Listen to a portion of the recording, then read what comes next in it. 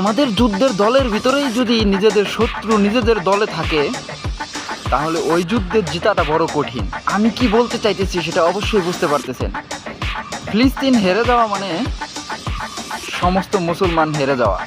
ফিলিস্তিনে আঘাত হানা মানে সমস্ত মুসলমানের হৃদয় কন্দন করে।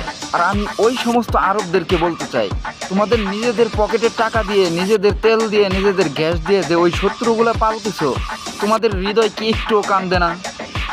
গাজার মুসলমানদের জন্য কি একটু হৃদয় কান্দে না তোমাদের? তবে একটা জিনিস মনে রাখো, রক্ষক যদি ভক্ষক হয়ে যায়, তখন কিন্তু আল্লাহ তাআলার পক্ষ থেকে সাহায্য আসে। আর আল্লাহ তাআলার পক্ষ থেকে যখন সেই আবাবিলের দল পাঠাবে, তখন ওই শত্রুদের আগে, আমার দলে থাকা শত্রুদেরকে, নামদারি মুসলমানদেরকে আল্লাহ তাআলা দুনিয়া থেকে আগে বিদায় করবে। মাইন্ডেড ইয়া আরব।